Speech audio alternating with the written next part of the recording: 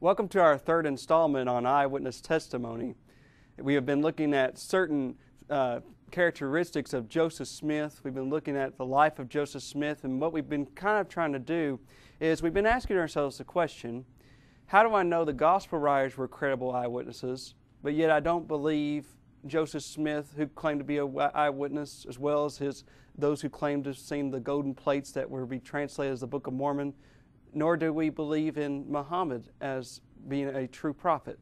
Why is it the case that we as Christians will believe the gospel writers? And I think that's very important for us to really dissect that, and I think that our faith will be strengthened as we go throughout this series. And so as we were talking about the character of Joseph Smith, I gave some evidence why we should not hold him as a credible eyewitness, why he wasn't a person who was to be trusted, who claimed to see visions of God. Because remember, in 1826, he was actually put on trial and found guilty of being in a fraudulent activity of supposedly seeking out buried treasure. And secondly, we looked at his so-called vision, and we noticed that there are two discrepancies in it. Thirdly, we looked at the word of wisdom, and you remember that was a vision he claimed to receive, or a revelation he claimed to receive. And basically, you remember that he did not follow the word of wisdom. He continued to drink alcohol throughout his life, as well as many of the other Mormons. They did not abide by this word of wisdom. So it kind of makes you think whether or not they really thought they were receiving these so-called revelations from God. Fourthly, we looked at the translation of the Book of Mormon. We noticed that the angel Moroni told him to use the Urim and Thummim, these spectacles, but yet after those 116 pages were burnt, Joseph Smith decided to use this seer stone that he found in a well, and Moroni never even talked to him about using a seer stone, which he was using and buried himself into a hat in order to translate the Book of Mormon. Fifth, we kind of looked at basically how Smith, he had claimed in his vision that all the denominations were corrupt, and yet in 1828 he joins up with the Methodist Church. And then of course now what I'd like for us to look at is the Book of Abraham. We noticed that basically what occurred was that on July 3rd, 1835, there was a man by the name of Michael Chandler, and he was actually, kind of like going around showing these Egyptian artifacts, mummies and papyrus and other great artifacts that have been found in Egypt. And so he had heard of Joseph Smith and heard that he could translate Egyptian, so he goes to him and shows him these papyrus, and basically Joseph Smith, he was looking at the papyrus and he says, hey, this is the Book of Abraham, and this is also the Book of Joseph. And so it's very interesting to see that he believed what he found was the Book of Abraham, which would have been a great discovery because that would have been one of the oldest manuscripts of the Bible that we have. But, as we will see, it's actually a different story. In fact, let me give you some evidence that Joseph Smith did say this was the Book of Abraham. Josiah Quincy, he says that he visited with Joseph Smith, and it says, some parchments inscribed with hieroglyphics were then offered us. They were preserved under glass and handled with great respect. That is the handwriting of Abraham, the father of the faithful, said the prophet Joseph Smith. And this is the autograph of Moses, and these lines were written by his brother Aaron. Here we have the earliest accounts of the creation from which Moses composed the first book of Genesis. And of course, we see that Joseph Smith translated these into what is known as the Book of Abraham and the Book of Moses, which you can find in the Pearl of Great Price, which is the two supposed inspired books of Mormon literature. And so basically we need to ask ourselves, was Joseph Smith, did he really actually make a true translation? Because you see, Egyptology was very young at that time. Nobody knew it very well because it wasn't until like the early 1700s that early 1799, that the discovery of the Rosetta Stone was what cracked the code, so to speak, where they finally learned how to figure out how to translate these Egyptian hieroglyphics. And so we see that Smith had already translated the Book of Mormon from Reformed Egyptian, so surely he'd be able to translate the Book of Abraham. But here's the thing, you know from the Book of Mormon that we talked about how the angel Moroni took those golden plates and brought them back into heaven. So, you know, we're not able to look at the correct translation of the Book of Mormon, but we are able to examine the translation of the Book of Abraham. Basically what we see here on this chart here is these what's called facsimiles, and you know it's pictures that Egyptians drew. And basically let's examine Joseph Smith. Did he make a correct translation? The first facsimile, he kind of translated it as that Abraham was being put on this altar and was being sacrificed by this Egyptian. But is that what Egyptologists have discovered when they rediscovered this papyrus? It's not, my friend. It's not what it's talking about at all. In fact, what it's talking about is that Egyptologists, they identified this as the Book of the Dead, a standard scene in that. And basically it's showing the god Anubis and the god Osiris. So it has nothing to do whatsoever with Abraham. The second facsimile that was found is basically Joseph Smith would say, hey, this is Abraham, and he's being shown, sitting on this throne. But that's not Abraham at all, as Egyptologists have figured out. It's talking about, once again, another standard scene from the Book of the Dead, and basically it's showing the Isis standing behind the seated figure of Osiris. And so this question I would pose to Latter-day Saints, and I want them to really think about this. If we see that Joseph Smith was not able to translate correctly this papyrus, which he claimed he could translate Egyptian, how is it more that he could not even translate something that would be greater? We think about this, that he was able to not even translate this book, which was known as the Book of Abraham. We see this as a fraud. And so that goes to show you who Joseph Smith really was. So that brings me to the three eyewitnesses of the Book of Mormon. We need to examine their lives. We need to examine their motives and their character. I think that's so very important because we need to see who these men were. Were they honest men? Were they men who were consistent? Were they contradictory? We need to look at them very carefully. You know, one of their early apostles of the LDS Church said that these three men had spotless reputations. Well, is that what their history reveals? We're just looking at the Latter-day Saint sources themselves. Let's look at their history of their church, of the LDS Church, and see what these men were really like. Because what we find out is that Joseph Smith is the one who rails against these witnesses. He's the one that talks about their fraudulent character. So I want us to look at their motive and their character. With regard to the motive, one of the motives that we can point out is that it was why they would believe that this book was to be translated from golden plates was because they could get money out of this new religion. In fact, one of the David Whitmer, he wrote this. He says, Brother Hiram Smith was vexed with Brother Martin Harris, one of the three witnesses, and thought that they should get the money by some means outside of him and not let him have anything to do with the publication of the Book of Mormon or receiving any of the profits thereof, if any profits should accrue. So we see there, it's all about the money. We also see a eyewitness talk about Martin Harris, and it says, like thousands of fortunes made on paper, the process by Harris was an easy matter. Thus, 5,000 books at $1.25 per book, $6,250. First cost, $3,000, showing a clear speculation of over 100% upon the investment. So it makes sense why Martin Harris would supply the funds in order to make the publication of the Book of Mormon possible.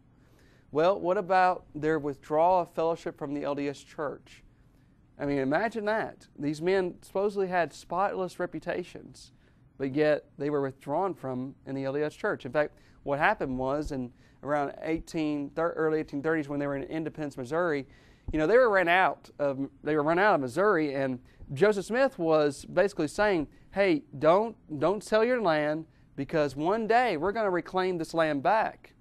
Well, there are some people that actually didn't follow along with this, and that was two of the witnesses of the Book of Mormon themselves.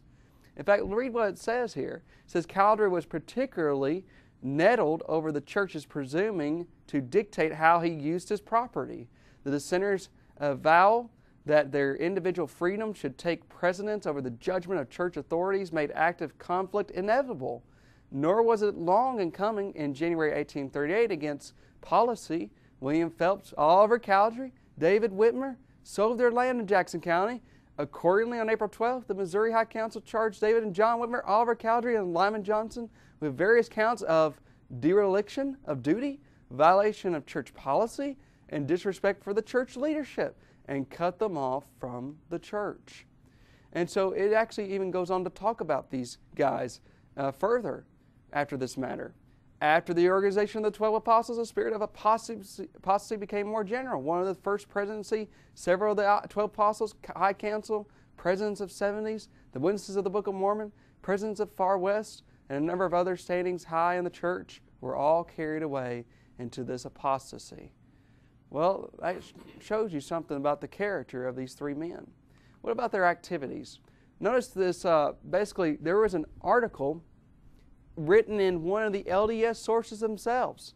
And notice very carefully what they say about about these men. They say that they were charged with guilty of swearing, lying, cheating, swindling, drinking with every species of debauchery. So that's very interesting there. And then even Martin Harris goes on to accuse Joseph Smith of licentiousness and lying. So what do we think? What do we get out of these men? In fact, we learned also that basically Oliver Cowdery, we look in a letter quoted in Senate document, it talks about basically that Oliver Cowdery was involved in counterfeiting money. In fact, where it says, whereas the citizens of Caldwell County have borne with the abuse received from you at different times until it is no longer to be endured, out of the county you shall go, depart, or a more fatal calamity shall befall you. After Oliver Cowdery has been taken by a state warrant for stealing, and the stolen property found, in which in nefarious transaction John Whitmer had also participated. Oliver Cowdery stole the property, conveyed it to John Whitmer. And then it talks about how Oliver Cowdery, David Whitmer, and Lyman Johnson united with a gang of counterfeiters, thieves, liars, and blacklegs of the deepest dye to deceive, cheat, and defraud the saints out of their property. And then during the full career of Oliver Cowdery and David Whitmer's bogus money business, it got brought into the world that they were engaged in it. We have evidence of a very strong character that you were at the very time engaged with a gang of counterfeiters, coiners, and blacklegs. We will put you from the county of Caldwell. So notice who these men really are. I think it's very important to see what their character was. And that here, one of the LDS apostles said they had spotless reputations, but history reveals otherwise. Another thing that we see here is basically, it says Frederick G. Williams testified that Oliver Cowdery had personally informed him of a man in the church by the name of Davis who could compound metal and make dyes which could not be detected from the real thing. Oliver allegedly told Williams that there was no harm in accepting and passing around such money, provided it could not be determined to be unsound. And so here's a man who believed it was okay to counterfeit money. Now that brings me up some things that we need to talk about with the gospel writers. What about Matthew? Remember Matthew, what was his occupation? He was a tax collector. Now tax collectors, as you well remember, such as Zacchaeus, were men who sadly swindled others. They stole money from other people. They would basically say, hey, you owe this much taxes, but they wouldn't tell them that they were actually stealing more to put in their own pockets. So obviously Matthew was probably involved in this kind of immoral activity. But so how do we make the difference between Oliver Cowdery and Matthew the tax collector? Well, the fact of the matter is, as you well know, Matthew was obviously baptized under John's baptism, because it says that many of the disciples obeyed John's baptism, which was a baptism of repentance. And so are these men who repented, who changed their lives. They were baptized for the remission of their sins. And we see that, of course, since Matthew was baptized under John's baptism, that the blood of Christ, when he died on the cross, would flow backward and forgive him of his sins. And so we see as a case that Matthew changed his life. He was one who obeyed God's will, and he was very consistent in godly living. What about Simon the Zealot, a man who had been known as a terrorist? Same thing. He obviously, it says he became a disciple, so one who truly followed the Lord. Well, what about John and James? You remember what happened basically to them when Jesus was walking through the Samaritan villages, or about to, and of course the Samaritans refused to let him go because they knew he was going toward Jerusalem. And so John and James, being hotheads, they're like, hey, Lord, you just be like Elijah and cast down fire and burn up these Samaritan villages. And of course, Jesus said, he rebuked them and said, the Son of Man did not come to destroy men's lives, but to save them. And so we see as a case that John and James, they did repent.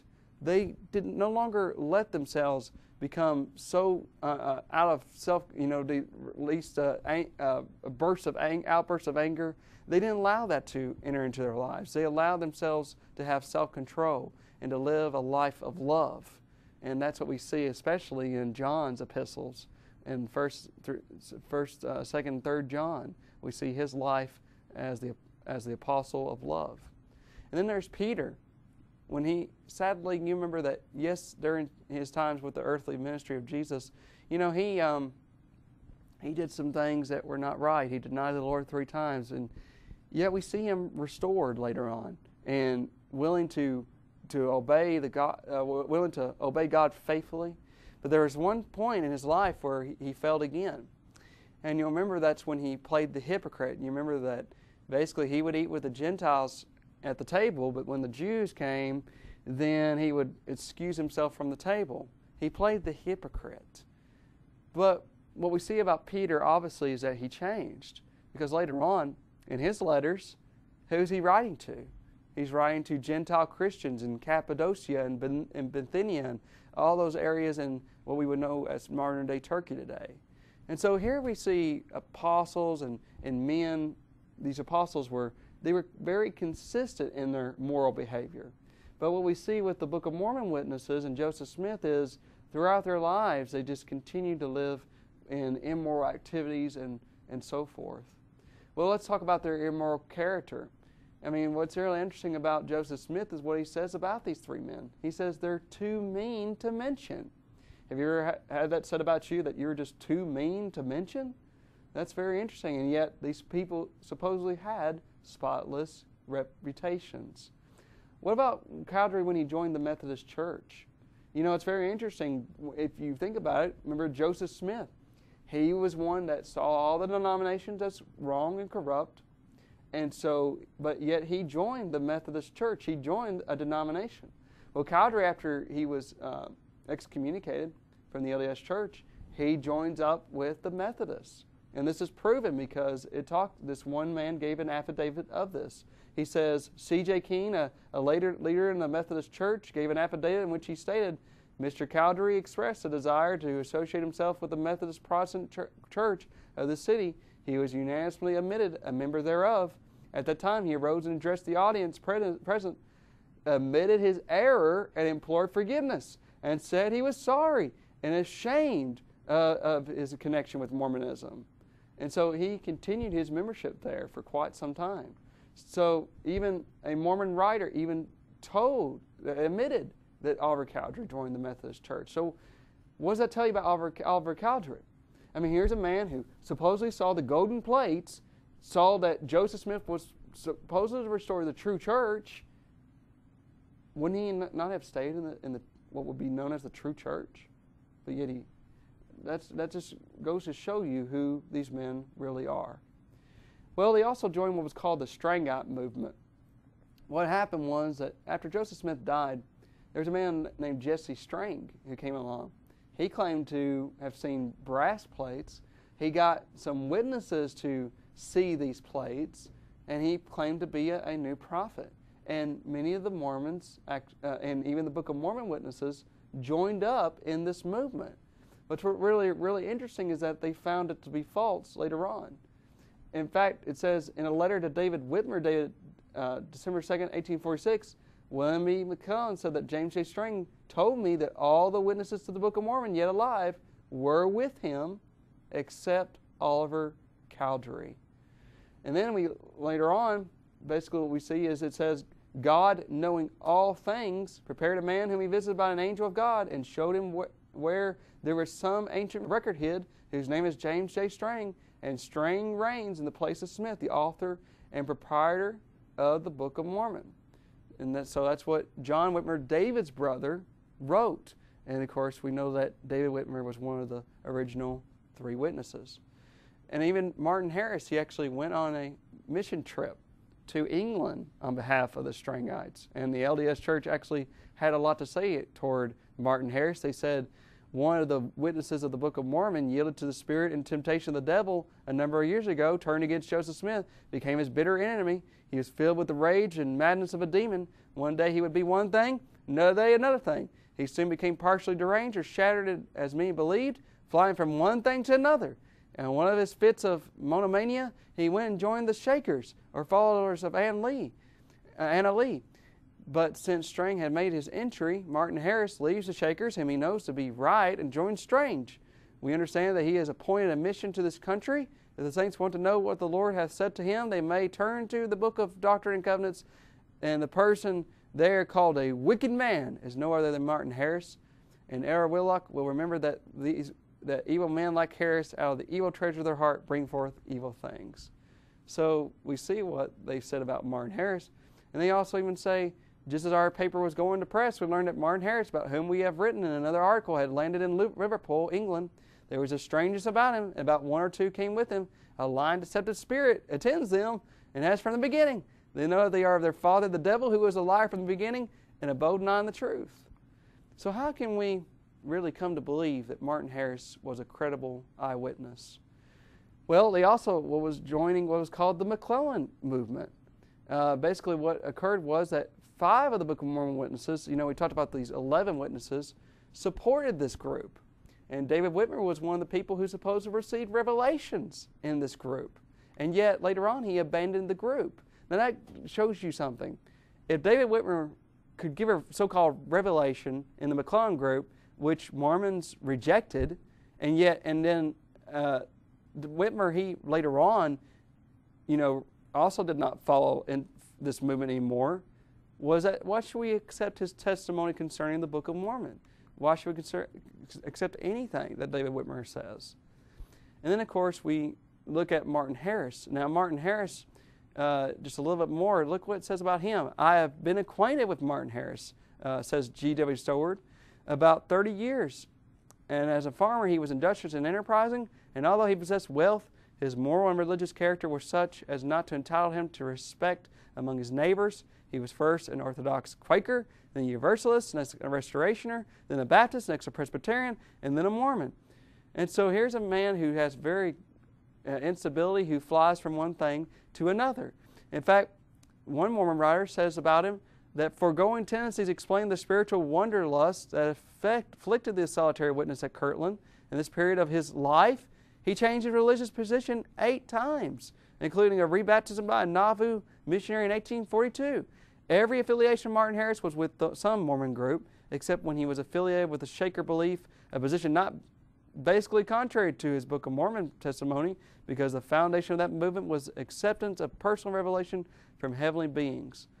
In fact, one LDS writer says about him, Martin Harris was an unaggressive, facilitating, easily influenced person who was no more pugnacious than a rabbit. His conviction of one day might vanish and be replaced by doubt and fear before the setting of the sun. He was changeable, fickle, puerile in his judgment and conduct. And so He changed his mind on things so many times. A very unstable person. Why should we take his testimony that he really did see these golden plates to be true? And basically what happened was, yes, he came back to the LDS Church, but basically there was a writer that said basically that he was only there to see what was happening in the LDS Church. And so here we have a man who even believes that a Shaker book was an inspired book. In fact, in a famous debate called the Braden-Kelly debate, Clark Braden talks about how Harris declared repeatedly that he has much evidence for a Shaker book as he had for the Book of Mormon, because there was actually more so-called witnesses for the Shaker book than for the Book of Mormon. And so he became a follower of this Shaker movement by Anna Lee. So what does that tell you about him? Well, it says Phineas H. Young and other leaders of the Kirtland organization wrote a letter to Brigham Young in which they stated, there are in this place all kinds of teaching. Martin Harris is a firm believer in Shakerism, says his testimony is greater than it was of the Book of Mormon. So, friend, as you have looked at these men, I want us to realize something very carefully.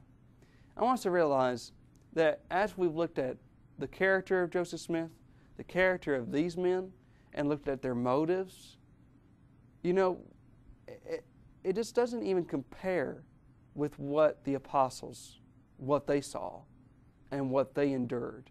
Because the apostles were willing to undergo persecution after persecution. They followed rules of morality and ethics. They stayed consistent throughout their lives and willing to undergo death for what they believed. So I can't help but think about that the apostles were indeed credible eyewitnesses of the resurrection of Christ, and that's why they would go to their deaths. They would die for their faith. That's why they were willing to undergo anything and everything. And yet here we see this very shaky foundation of the Mormon religion. We see these so-called three witnesses of the Book of Mormon. We see Joseph Smith and who he was. And you really have to think about, did they really see these visions of God? Did they really see these golden plates? I think we need to really observe the evidence and come to a firm decision for ourselves that we would reject those eyewitnesses because they really weren't eyewitnesses, but rather uphold the apostles. Uphold them because they did indeed see the resurrected Christ.